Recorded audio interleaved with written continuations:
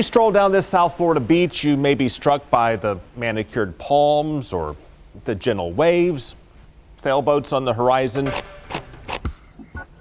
or the lady opening a large drum full of pot. That's Elvie Mashika. She smokes 10 joints a day. And guess where she gets it? Who is your dealer? Uncle Sam is my supplier. That's right. The same federal government that bans marijuana for medical or recreational use has sent Elvie more than 100,000 joints. The same federal government that claims marijuana has no acceptable medical use claims Elvie needs it for her glaucoma.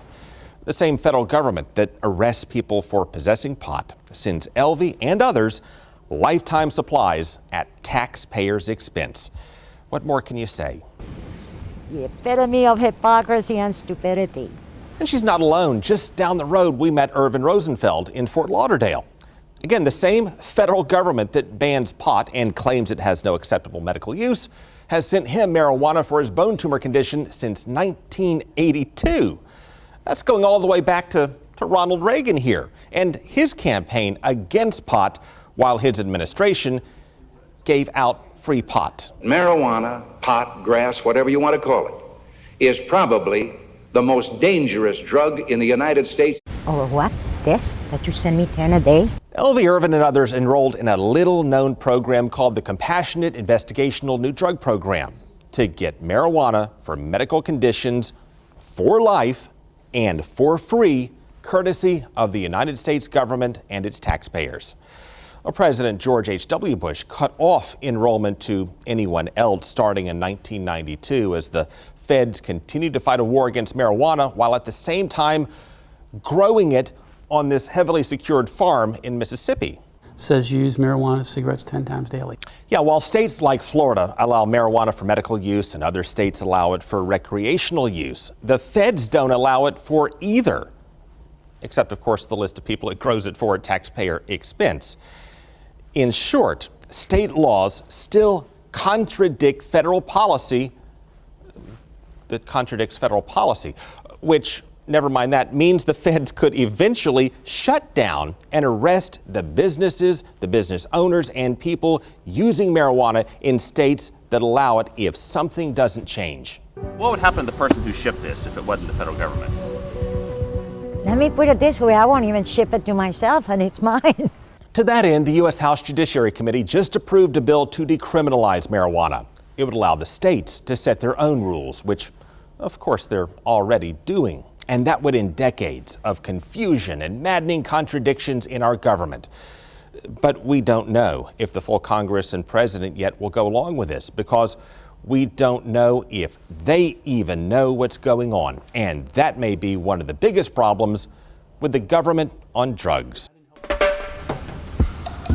They're always surprised. They don't know that the government ever supplied anybody. And they go, what? The federal government gives this out?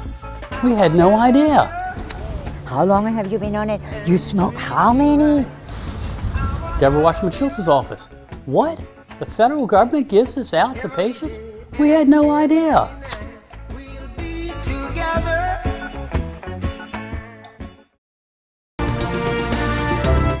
American politics is broken because we're living through a breakdown in education, a breakdown in knowledge of issues and policy, and a collapse of civility. In meeting with activists and protesters on both sides, I found a lot of people trying to lead the way who are completely lost themselves. I did not include any of those people, by the way, in the interviews you're about to see.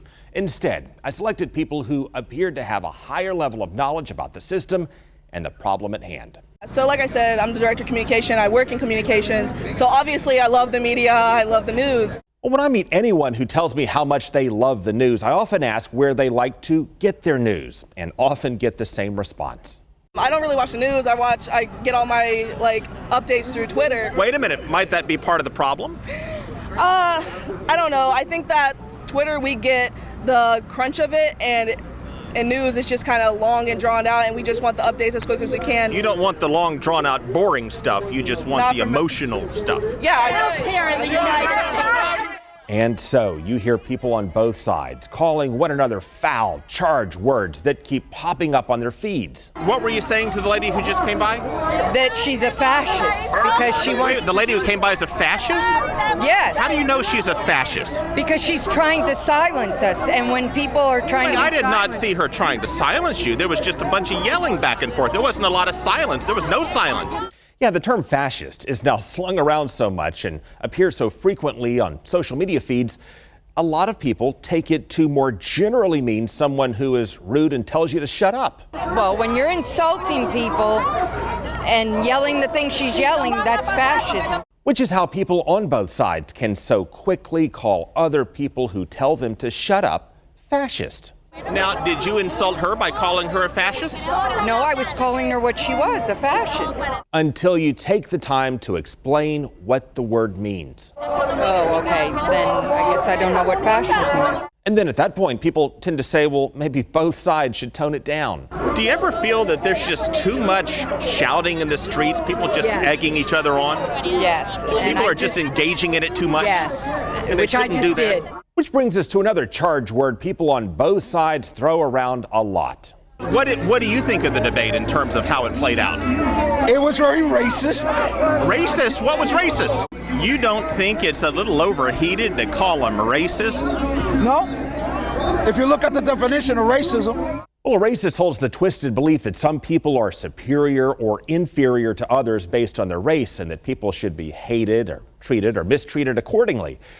But people will interpret the word racism to more generally mean someone who disagrees with them. Particularly if someone thinks their culture embraces a particular position, they may see someone who opposes that position as racist. Well, what is the definition of racism? Well, when you do not agree with another group, their culture, when you do not agree with another group's culture, it inflames the dialogue that is not much of a dialogue to begin with. People just seem to be yelling past each other. Yeah, it was very horrible. I feel like nervous walking through this huge group of Trump supporters. I'm witnessing the yelling on both sides here, Yeah. so you can see where they may feel nervous too. Yeah, I can see that. Well, two things are causing this. The first cause, schools scaled back or stopped teaching history and civics. Former Governor Bob Graham helped revive civics in Florida schools years ago, and he told me that civics education was slashed by politicians because politicians benefit from having uninformed voters. There is, unfortunately, a core of people in politics who think it's not to their advantage to have the public very well informed. If more people became engaged, maybe there'd be more opponents running against them when they ran for re-election. Second cause, people stop reading and watching traditional news, and wingnut commentators and social media now deliver the only stuff a lot of people see.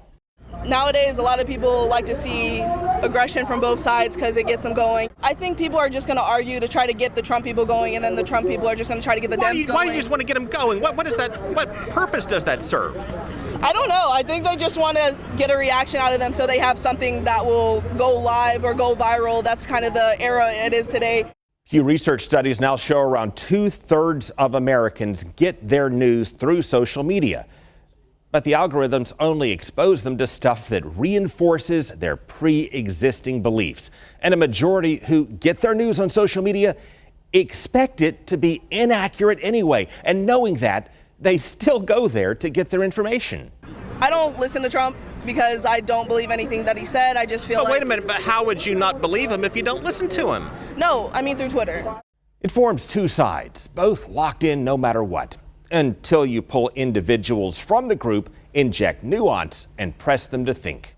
What would you say to someone who's given lots of money to propel Chuck Schumer's political interests? Money talks and BS walks. To those who oppose Republican orthodoxy on trade? My opinion for those who oppose the Republican orthodoxy on trade, you had 8 years, and all Obama did was take us down. What about those who continue to spin us in a path to going broke? The ones that continue to do that are the Democrats. Wait a minute, didn't President Trump give Schumer a lot of money, and didn't he oppose Republican orthodoxy on trade, and isn't he signing off on the budgets that are taking us a path to Greece? I believe so. If the Lincoln-Douglas debates played out today, who would win? That's a good one. Douglas. Douglas would win? Why would Douglas beat Lincoln? You're talking about housing, clean water, paved streets. I don't think they were paving streets back then. In an age in which the president lauded colonial patriots for taking over airports, studies show more than a third of all Americans don't know which century we fought the American Revolution. 60% have no idea who we fought in World War II. Only 1 in 3 American citizens could pass the test we require for new citizens. When you combine the breakdown in civics and history education with the rise of social media, this is what you get. Everybody's getting upset, and then you feel like your voice isn't heard, so you have to respond in the same way to get your voice heard. We'll show you specifically how politicians created this mess and ways to clean it up in the next round of Money, Power, and Politics.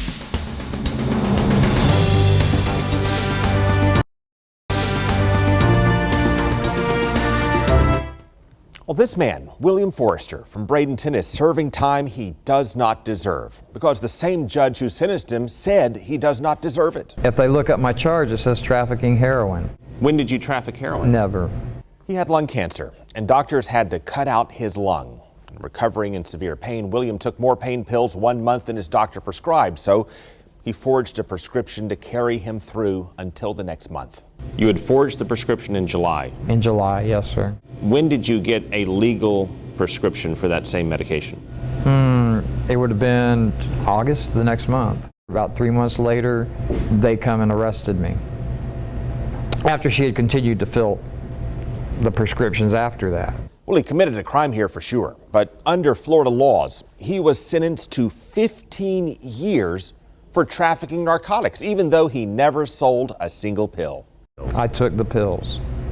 They were for me. So you trafficked them to yourself? I trafficked them to myself, if you want to call it that, yes, sir. I never thought of that, yes, sir. Now, meet Mary Nowling. She's serving a 15-year sentence in a Hernando County prison for a bottle of pain pills. She was a homeless, disabled, mentally ill grandmother, now serving a 15-year sentence intended for drug cartels. So you don't have a cartel? No, I'm not exactly sure what a cartel is. A report from our own state government found most of Florida's oxy and hydrocodone trafficking convictions were for the equivalent of 1 or 2 prescriptions. And we, the taxpayers, are paying $58 a day to keep each one of them in prison, along with some others like Robert Woodall. He got in a fight and fired a shot toward the ground. Pointed the gun at the ground and fired 2 shots. I figured that would stop them, and it did. He got an automatic 20 years for assault with a firearm. Then, get this, he successfully appealed his conviction and a judge set him free. He's got us going to church. He's got us, involved in the schools. Then, after the state tossed out that law that required a minimum 20 years, and after he turned his life around, an appeals court sent him back to serve the full 20 years. So the court is compelling you to serve 9 more years on a law that's since been deemed unconstitutional that the governor has changed. Correct. Well, these cases and hundreds, if not thousands of others have something in common. They were all sentenced years ago on laws that state leaders from both parties now find excessive that they have since changed. So for me, it's allowing judges to have the ability to go below the mandatory minimums when the case deserves it, when justice demands it. But the changes do not apply to those who have already been sentenced. I think it's wrong for the state to do that. Now get this. State Senator Darrell Rousson sponsored an amendment to allow inmates convicted on those outdated laws to be resentenced. And voters passed that amendment last year and wrote it into the state constitution. But the judges say they cannot move forward on that because the legislature failed to implement the enabling guidelines, meaning state lawmakers are holding this up. I've seen people that have robbed banks, child molesting, I mean, some horrible crimes that get under 15 years. You think you stuck it to him, you stuck it to him. To us. You did this to us. The other side. That's who you stuck it to. They're taking mothers away from their children. They might be poor mothers. That's still better than no mother. The legislators that make these laws, they don't realize what they're doing. They're paying for it in prison, and we're paying for it to keep them in prison to the tune of $20 million a year and likely more on outdated laws the lawmakers themselves say are abusing justice and burning taxpayers. They might want to implement what voters have already passed before voters have a chance to take a pass on them. Well, tonight I'd like to host state leaders for Profiles in Courage, but courage is often in short supply in the halls of power. So instead, we're going to profile the hardworking people all across Florida who have tried to drain the swamp for years. And a lot of people in this country don't understand the pain of a mother. You know, people think that I should be over it. I can never be over the death of my son. Isabel Castellanos' son died in a boating crash. And when she asked the legislature to beef up the boating safety laws, she discovered who has the real clout. You talk to one and they'll say, you're fighting the boating industry. We need money for the lobbyists to fight against the boating industry. They've said this? Yeah. It's all about money. It's all about power. Now, she did convince lawmakers to pass a new law requiring boater safety classes. But after the photo ops, after she left town, they watered it down. Now you gave me a surprise that things have changed. It's okay. I'm glad you did, because you opened up my eyes, something that's so simple, and yet now they washed it down. Years ago, the legislature also passed tax credits for businesses in blighted high crime zones to help the neighborhoods there spring back. And then later they approved maps that exclude many of the hard-hit neighborhoods and allow luxury resorts around the theme parks to scoop up most of the tax credits. The businesses that are impacted have very effective lobbyists, have deep pockets, and so they go into a mode of maintaining the status quo. What would you tell tourists who would like to come to International Drive and the attractions, but they're scared off by all the high crime and deterioration and blight? It doesn't exist. It's not there. And would you believe the state passed a law promoting healthy food and school lunches that also happened to weaken protections for fire victims? The legislature passed a law that protects a negligent contractor, if there's negligence, from the victims? That's exactly right. Last year, the victims of fires that burned through the town of East Point learned about this one a little too late. The people better stand up and notice that you don't have the protection that you think you do. I mean, we worked our butt off for what we have. And now we just, you know, hanging by a thread. Speaking of money, voters gave disabled first responders who were wounded in duty a tax break. In 2016, they wrote it into the state constitution by overwhelmingly passing Amendment 3. These are the most wounded of our wounded. But then the legislature took those tax breaks away from most totally disabled first responders living in Florida, even though they were disabled in service, including those disabled while responding to the World Trade Center attacks on September 11th. A friend of mine sent me a link to one of the reports that you guys had done about this issue, and we started digging into it. I was frankly shocked. Well, State Representative Adam Hattersley saw our first investigation on that, and in response, he sponsored what became bipartisan legislation to restore those tax breaks. Once we are made aware of it, we have to move forward to try to fix it. But this year, House leadership would not even let that come up for a vote in committee. In short, it was squashed. I was disappointed that we would not only supersede the clear will of the voters in the language of the Constitution, but that we would even consider treating first responders and veterans this way. We owe them more than that. In state politics, this is what you get.